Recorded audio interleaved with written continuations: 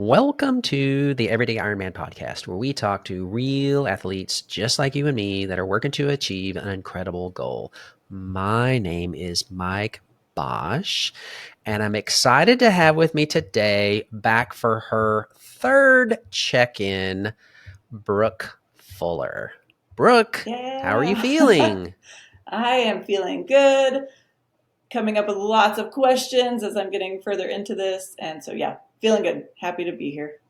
Well, I'm excited to have you on the podcast today. I'm excited to find out exactly where you are in training. I'm excited to see what your next milestones are, your checkoff points.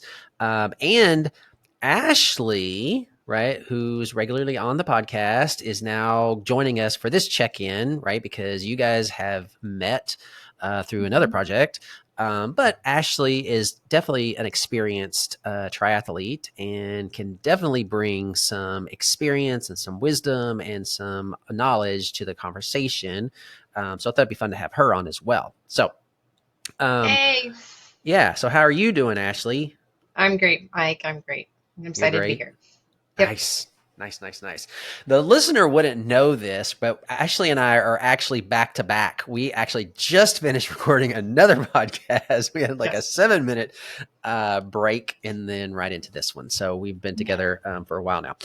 Um, so, Brooke, the last time that you were on the podcast, the last check in, you were getting ready to run the Oklahoma City half marathon. I think you were actually Mhm. running it the weekend that we recorded.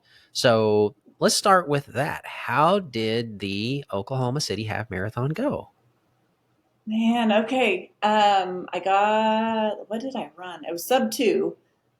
Awesome. Was it like a Nice. 158, 157, something like that? I can't even remember. But That's Okay. did great. get under two. That was the goal. I had a secret goal that I didn't quite get to, but It's okay. anyway, did get it under two, which was the goal, the Uh, outward goal to the world. So anyway, it was Awesome. good. I felt really great the first 11 miles. mhm. Actually the first 10, and then kind of tanked there for a bit, and then was able to finish pretty strong. So felt Good. good, and yeah, it's such a great atmosphere. I had a lot of fun, so it was great. How, how was your knee? So it did feel better. I was Okay. training for the full, had some knee issues, Right. ended up tapering off my mileage, and it's feeling like new again. So Awesome. it definitely, I'm glad I ran the half instead of the full and didn't push it. So Yeah. it's feeling Okay. better. Good. Yep. Awesome. Good. And is it a hilly course? So yeah, I mean, it's not as hilly as Tulsa that I ran in the fall, but Okay. so I ran this race last year with my sister who I was pretty much there for her. I'm like, I'll run your pace. I'm just going to help you achieve this. hmm And so we were going at a little bit slower pace, and the hills didn't bother me at all last year. And this year I was like, oh my gosh, this is so hilly. So I guess just running at a faster pace, I definitely noticed the hills for That's sure. funny. That's funny. I never really thought Yeah, about it, but they do seem hillier when you're running faster. Yeah. for sure. But I and told they're my much sister harder. this. Yeah, I told her that, and she was like, "It's probably because you were running like a turtle last year." I was like, "Well, I wouldn't say turtle speed, but yeah, Oh, maybe that was it." that's funny. Yeah, That's funny. Okay, so yeah. we're glad that you got through the Oklahoma City half marathon. We're glad that you were able to go sub two, even though you didn't hit your double secret pace. We always want to have those stretch goals, and that's okay, Hmm. right? But For mostly, we're sure. glad that your knee felt Hmm. good and that didn't give you any trouble, because that can definitely be something that is not only is it a physical thing, but it gets in your head too. I'm kind of dealing with a little bit of that Hmm. right now, so I definitely understand how that goes. So we're happy to hear that. So let's talk about where we are in our triathlon training. So last we spoke, you were still getting your bike situated, sorted out, and Hmm. you were making plans to start doing some swimming. Now, I saw you post pictures on social media recently that one of your kids was swimming, but I didn't see pictures of you swimming. So let us know. Let's find out where are we in those two categories. Where are we in our bike situation or our bike search, and where are we in our swim training? Okay, so I did finally get a hold of a bike. I have no idea what kind it is, but I know it it is a road bike. And so it Nice. was my very first time to get on a road bike. And so, just kind of, getting used to it. Yeah. Um, it feels a lot faster and a lot less stable than what I'm used to. So Mm-hmm. glad I have it now so I can practice on it. It Yes. doesn't, so I don't have, this may be a question for you guys, but so I don't have shoes to clip in. Okay. And so I have the bike. And Yep. so I need to get some shoes that clip in? Um. So I'm going to give you my opinion first, and then Mm-hmm. we'll go to Ashley. Okay. Okay. Um. Long term, yes. Mm-hmm.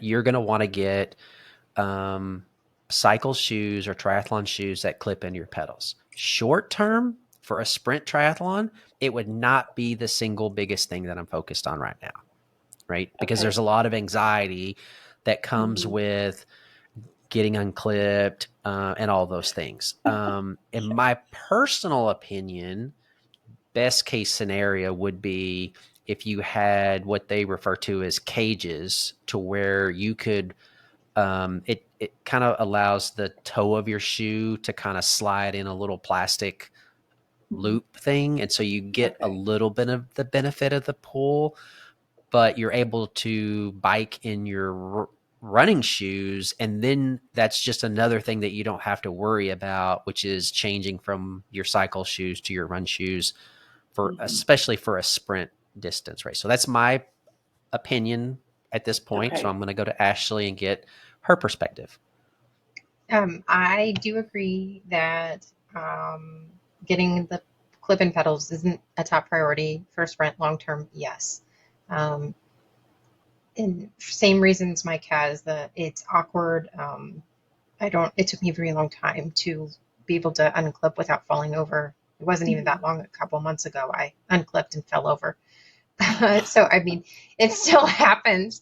Yeah. Mm-hmm. Um, but there are some major pros to being clipped in because you're not just pushing down the pedals, you're also using power as you Yeah. pull up. Pull up. And that's where you get a lot of that speed. Um, so long term in those longer distances, yes. I do disagree on the cages. I am not a fan of cages just for a Okay. safety standpoint. Because if something happens and the bike goes down, you may not be able to get your feet out of those cages. And I mean, that could potentially It's a good cause more point. injury. Mm-hmm. So I would say if you're not going to get the shoes and clip in, I would just keep with the pedals you have, the flat pedals, and use your run shoes as you go. I mean, it's going to save you time in transition anyway. Mm-hmm. Okay. Yeah. All right. That's an excellent point on the cages. And I do have to point out that Eugene Day, who was on the podcast early on, he did a complete full distance Ironman in flat Mm-hmm. pedals. I So Still remember shocks listening to me. that one. yeah, it's Yep. definitely, you can do it. And I think I had clip in shoes for my first sprint triathlon, but I think I was just getting everything I could because I thought it was part of it, and I didn't really Mm-hmm. know because I didn't have anybody to talk to about it really. Um, I think not only do you not have to worry about clipping in, but you also don't have to worry about trying to run on concrete with cycle shoes, which Right. is not easy to do. No. Mm-hmm. So I would say at this point, Brooke, I would get a helmet over clip-in Right. shoes and clip-in pedals, and that Yep. that So can it's wait top a little priority. bit. Yep. Top priority. And Okay. when you're Sounds ready, we can talk about cycling shoes versus triathlon shoe versus the type of cleat and the pedal. I mean, there's so many options. It's a little overwhelming. Mm-hmm. okay. Yeah, there are a Okay. couple different styles, and there's going to be personal preference. Right. But it's not a one fit everybody type of thing. There's a couple of Right. options, and we can Yeah. definitely help you with that for sure. But right Okay, now, Okay. that sounds good. helmet. Helmet, Yep. getting it. Yes. So I want to talk about though the sensation of riding that road bike, right? Because you Hmm. mentioned it just a second ago about how much faster it is. Now, Ashley, I don't know if you know, but Brooke was on a hybrid, so she was on like a city Hmm. hybrid bike. So not a like a full suspension mountain bike, but still a noticeable difference going to one of those skinny tire road bikes. Ashley, do you Right. remember the first time that you got on a skinny tire road bike? It was terrifying. It was absolutely terrifying. I don't know what I was thinking. Yeah, it's amazing how much faster one of those bikes are, Mm. just by the sheer physics of rolling resistance, of how Yeah. much smaller the pattern, the material is, and you.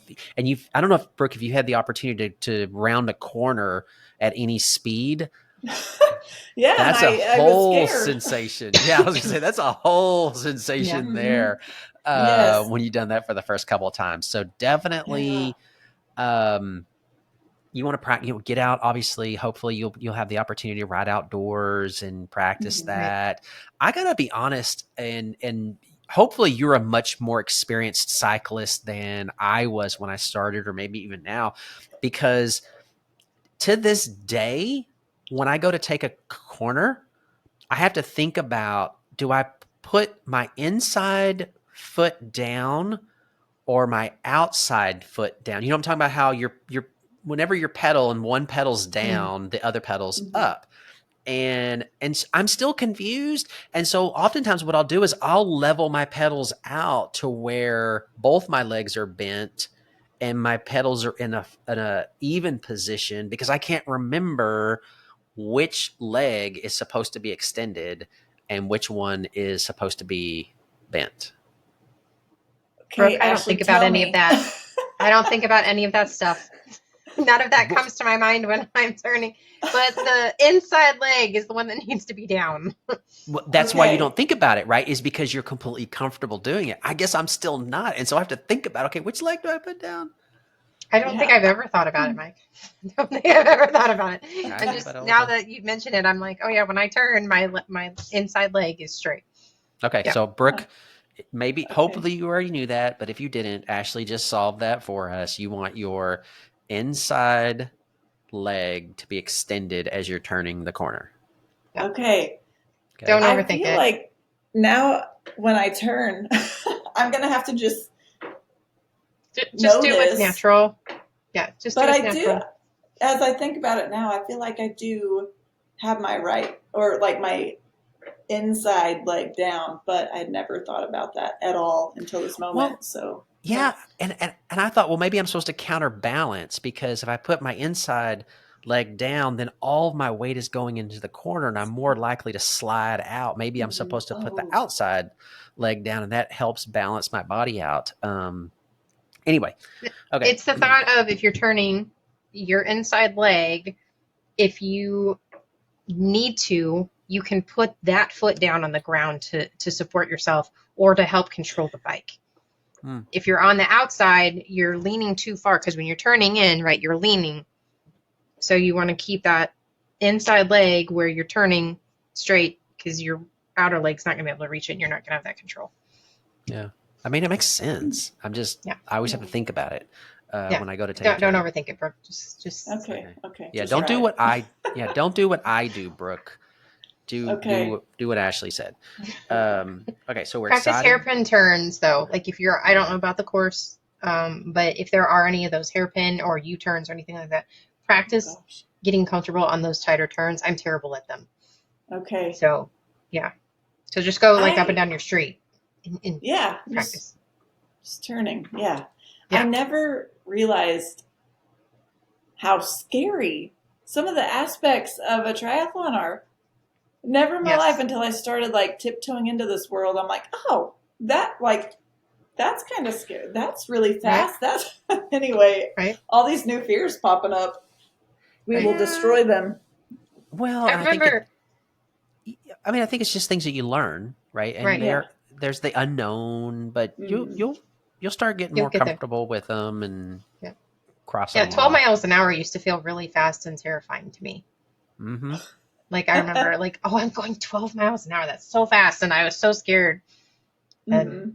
yeah, now it doesn't feel that way at all. Now, how Yeah. fast is fast for you? Uh, in the 30s. Are you kidding me?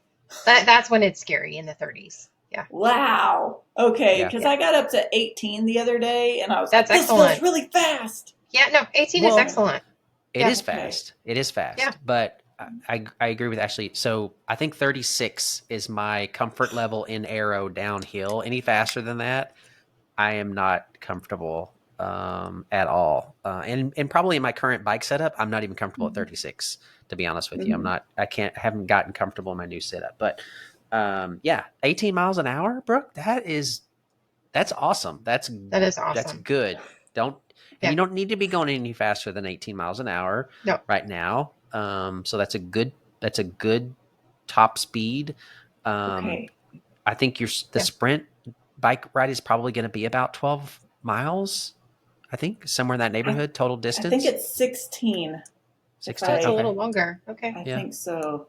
Okay. The Okay. swim is only 200.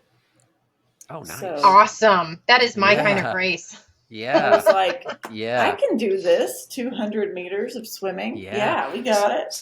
Well, let's talk about the swim. How are we doing with our swim? Yeah, let's talk about swimming. So Yeah, let's talk about that. on our first meeting, Yep. you said, "Can you swim?" And I was like, "Yeah, I can swim." Mm-hmm. I was a lifeguard. And Yep, I then remember that. I've started like actually swimming, and I'm like, I don't know how to swim. I should have said heck no. Anyway, so I've been practicing.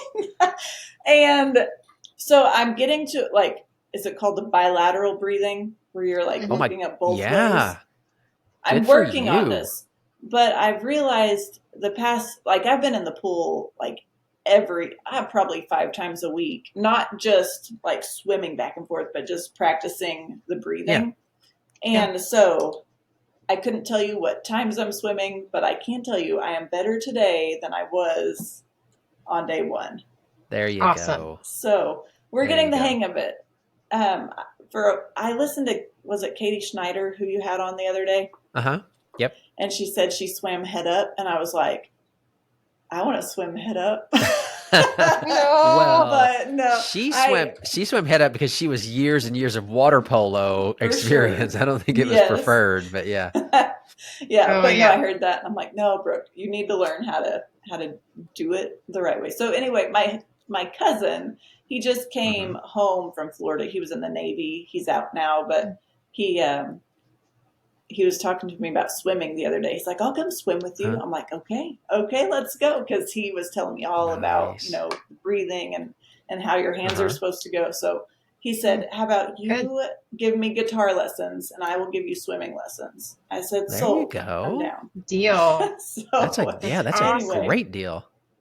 yeah, Okay. so I guess it was last Saturday, I found myself with like hours of time with no kids and no husband around. So What? I swam 450 meters, Woo. biked for an hour, and then ran a 5K. And it was kind of Oh just my like, I'm going to see if I goodness. can do it. You But there were can. some pauses in there because, That's I fine. had to like go change clothes because Yeah. that's a question I have for the sprint try. Do I need to get a tri suit, or what do you suggest there? I would I would too. suggest that you get a tri-suit Yep. Okay. for a couple reasons. One, it's a quick race. There's going to be Mhm. quick time. You will be able to get everything done, but they're not going to have the roads closed for all day, right? They're going to have Mhm. quicker, shorter turnarounds, and so you're not going to have time to go and change clothes in between. Mhm. And so I think it's just going to come down to that. So you're going to be prepared to run and bike what you swam in. Right. Okay. And there's nothing else out there that's conducive for doing all three disciplines. Bike Right, shorts right. are going to absorb in the water and be miserable on the run. Run shorts are going to be miserable on the bike. I mean, some people do it in their swimsuits. I would not recommend it. Mm-hmm. Yeah. And yeah, you can get a tri-suit pretty cheap. And if you want to message me later, I can get you a discount code to Zoot because they have some pretty Hey, good stuff. okay. I Yes. was looking at Zoot the other day. I'm like, oh, these are so cute. I love that Yes. one. I've got Yeah. it. I'll I message you can get you a later. friends and family code. Yeah. Deal. And that's high Okay. quality stuff. Yes. It's made by athletes for athletes, right? It's not, Yeah. it's definitely that's a great, um, Yeah. brand, And they have to fun use. stuff. Yeah. Yeah. And I've used them for years, and I mean, even my first tri-suit has lasted, and it's been 4 years. So Okay. yeah, Perfect. good quality. Sounds good. Yeah. Yep. And that's the thing too, is if I'm on the frugal side, Mm-hmm. but there are some things that if you invest and you buy quality stuff, it's going to last you longer. Mm-hmm. And ultimately at the end of the day, it's going to save you money by doing it Right. that way. So Right. some certain things, but Okay. definitely I agree. I've seen some people race sprints in swim wear. I Mm-hmm. don't think I would want to bike in Nope. Mm-mm. swimwear. Oh Nope. no. I don't. I mean, maybe, but I don't think so. Nope. So I wouldn't want to definitely run in that. it either. No. Oh no. Mm-mm. Mm-mm. No, No thanks. but I Mm-mm. saw somebody posted a video on Instagram that I follow.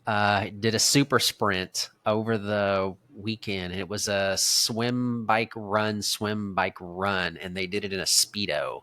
Yep. Uh, Oh. There's and always those guys. They are always at every and race. he's Always. fast. He is fast. Yep. They usually Um, are. Did but he have a I mustache too? The guys, my local guys, no. they're in their speedos with this ridiculous mustache thing. No, I'll No. tell you who it is later. But anyway, yeah. So okay, so helmet number one priority, right? Yes. We're gonna Okay. put Helmet. off cycles, shoes, and Yep. pedals, Mm-hmm. and we're gonna get a tri suit. Yep. Okay. Okay. Have you done any experimentation with nutrition? Are you Gatorade? Have you experimented with any gels? So normally Gatorade, I use liquid IV sometimes. Yep. Okay. It's good stuff. And yeah, I like that. I feel good when I use that. And then for what are they called? Lemon zinger, Oh, Honey honey stingers? the stinger, honey honey stinger, stinger. Yep, Yeah. yep. honey Stinger stinger. waffles. Okay, lemon zinger is the tea that I don't like. Honey stinger. I use those for my half, and those set fine. I haven't tried the gel. I need to try those. I just haven't yet because it's Okay. really hard to chew and run and breathe at the same Yeah. time. Yeah. That's And very true. I definitely want to look at the Stinger waffles because it's come up a couple times recently on the podcast. But one of the advantages to the gel is very easy to consume while you're running if you can Mm-hmm. get over the consistency of it. Yeah, It's definitely an I cannot. acquired I can't. thing. Um, Mm-mm. So I think the liquid IV is a good option, Yep. because you're going to need to plan to have one water bottle on the bike. So Mm-hmm. that's another thing. You need to make sure that you have a bottle cage of some sort so that you can carry a water bottle with you. And I would definitely practice getting the water bottle in and out of the cage while Yep. you're riding, Okay. because that's a tricky thing the first couple of times that you do Mm-hmm. it, for Yep. sure. But if you're going to ride 16 miles, that's going to be almost an hour, Brooke. And so you're Mm-hmm. definitely going to need to drink Yep.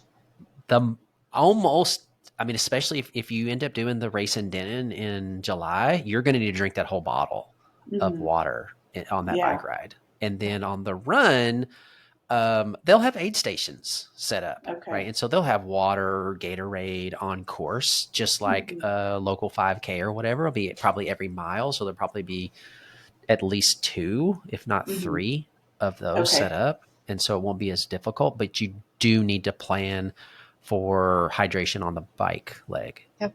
Okay. Sounds good. Okay. And again, those are very easy to get. You know, we're not talking about a lot of money, $20, No. a bottle cage and a bottle, but definitely want to practice it, getting it in and out of the cage. Mm-hmm. Okay. I can do Okay. that. Okay. So we know what we need to do. We need a helmet. We need to order a tri-suit. We need to get a bottle cage. We need to practice breathing, but we've got a barter system where we're going to give some guitar lessons in exchange. Brilliant. Hey, I actually listened back to the episode and I gave Brooke some really good advice. And so I was going to ask if you had the opportunity. No. Check this out. I have listened to it, but you have to refresh my memory. I told Brooke to practice swimming underneath the lane line. Oh, yeah. Because that is something that is not something that you do every day. And the only time you do that is in a pool sprint triathlon. You're talking about the rope? Yep, under the lane rope. Yep. Right. So definitely, if you haven't done that yet, make sure that's on your list of things to do. And you don't have to spend a ton of time. Just spend, 10 or 15 minutes during one of your practice sessions, just going underneath the rope, because you do have to dive down a little bit to get underneath it. Yeah. It's a bit awkward. Yeah. My wife has video of me. I think I lifted the rope up because that's how exhausted I was at the end of the sprint triathlon. Swim. It's horrible. One of them I did in April. I was diving under the rope and didn't dive far enough, and so I was about to swim in the wrong direction in that lane. I know, I don't know what I just miscalculated, and I came up and I was like, I'm pretty sure I'm supposed to be in that lane and not this lane. I was about to do an extra whole lap. I caught it, and don't make that mistake. Okay. Yeah. I mean, because if you think about it, it makes sense, because the lanes are wide enough to where you could have 2 lanes of traffic normally. Right. So when we go to the pool, right, most of the times we're swimming down the center of the lane because nobody's with us. But when we share a lane, you go to one side or the other. Right. So there's definitely enough room. So if you're swimming to the left of the lane, you touch the wall and then you have to go into the other lane. It's a good distance to get underneath the lane rope. Right. That's what I'm saying. I definitely practice it just so you don't want the very first time that you do it to be in the race like I did, because it didn't go well for me. I couldn't figure out how to do it. So, okay, cool. Anything else, Brooke, that you feel like you need to address? Let's see. I don't think so. Hold on a second. I think we got it covered. All of my questions. Oh, no, I had one more. So in my training plans, when it says zone 1, zone 2, whatever, how is the best way to figure out what that is for me? Yeah. Which zone I'm in. Are you what training plan are you following? Did you get something off the internet? So I used TriDot for my free trial, but then I got something off the internet too. So I'm not paying for TriDot each month. That's right now. I probably will when it comes time for the 70.3, but so I have something on just off the internet. Okay. Yeah, and so it's going to depend on if they are referring to your heart rate zone or your pace goal. Heart rate zones are a little easier to calculate, right? Because heart rate's fairly standard relative to your age. I think there's probably a calculator we could put your age in there and it'll tell you what your heart rate zones should be. It's within the range. Your pace zones are different because your pace zones are really tied to what your assessment test would do, but you could still do it, because I know if you had Training Peaks or some of these other things, they do zone training as well. So I think it's really going to be down to, is the training plan referring to your zones for a heart rate zone, or are they referring to your pace zone? And sometimes they correlate, but the heart rate zones are easier to calculate because it's more of a universal standard versus your pace zones, which are really heavily tied to what your physical capabilities are. Like, Mhm. as an example, my heart rate zones don't change much, Mhm. but my pace zones change considerably depending on how my training is going and how my most recent assessment is. Okay. Okay. Most So I likely will. that those are heart rate zones, I'm going to guess, based on if you're using an online program. Mhm. Um, I know, like, sometimes in cycling, you'll see a lot of those zones based, and that's like your wattage output and that type of stuff. But for the most part, it's going to be your heart rate. And it is easy to calculate. It's different for men and women, and then age. Those are Mhm. factors, but you can go and Google it and find your Okay. zones. It's Okay. pretty easy. Deal. I will do that. Perfect. But you want to be Cool. doing a lot of stuff in zone 2. Hopefully they're telling you that. Yes. Yes. Yes. That's what they're Okay. saying. Zone 2. Yep. Okay. Yep. Yep. Perfect. Perfect. Okay. Yeah. I think that was my last question that I had written down. Okay. Awesome. Well, cool. Well, when do you think you will know definitively if you're going to do the race in July? I should know this week. So Oh, okay. hopefully in the next couple days, I'll talk to my Awesome. husband and make sure, because yeah, he may have to be out of town. We have 4 kids. I'm like, who's going to watch our kids? Well, I'm Yeah. in Yeah. Texas. So if I can arrange babysitter and someone to come with me, I'll be there. Yeah. So. And it's completely understandable. There's things that I've planned for in my past that I did not get to race because that's what happens. Life throws us curveballs and we deal with them, right? This is a Right. hobby. This is a passion. This is, something that we do on top of all of our other obligations. So if it's not this race, that just gives you more time to prepare for the next one. Mm-hmm. For sure. For sure. Absolutely. But I am Yeah. excited for y'all to have t-shirts with my face on it and Oh, cheer of me course. on. Well, So I was I'm thinking a Do you want the fat really, big head. head? Yeah, The we need big to yeah, get yes. a fat head. We need to get a A fat good head. picture that you're comfortable with, and we'll get a fat head made, and we'll be there cheering you on. Oh yeah. Oh yeah. Man, that's funny. That is awesome. Well, cool. Yeah. Well, let us know how your first few bike rides go. Mm-hmm. Okay. Keep us up to date, and then let us know if you think you're going to be able to make it to Denton or not, and I'll make plans to be there to cheer you on. If not, no worries. Okay. We'll just look toward the next race. Okay. That sounds good. Okay. So, Ashley, do you have any words of wisdom that you want to pass on to Brooke at this point? No, I think you're right on track. I mean, you're putting in the time and the effort. You're doing the work. You're asking all the right questions. So keep it up. Okay. Cool. 100%. Thank you. Yeah. Cool. All right. Well, it was good catching up with you. Hopefully, we'll either get a race preview or a race recap in July, but no pressure if we don't. We'll just catch up with you around that same time period and just see how we've progressed since then. And we'll want to know how your brother is picking up the guitar as well. So just we'll want to know how that goes as Deal. well. Deal. Cool. Okay. All right, Sounds then. good. All right. All right. See you Bye, soon. Brooke. Okay. Bye bye.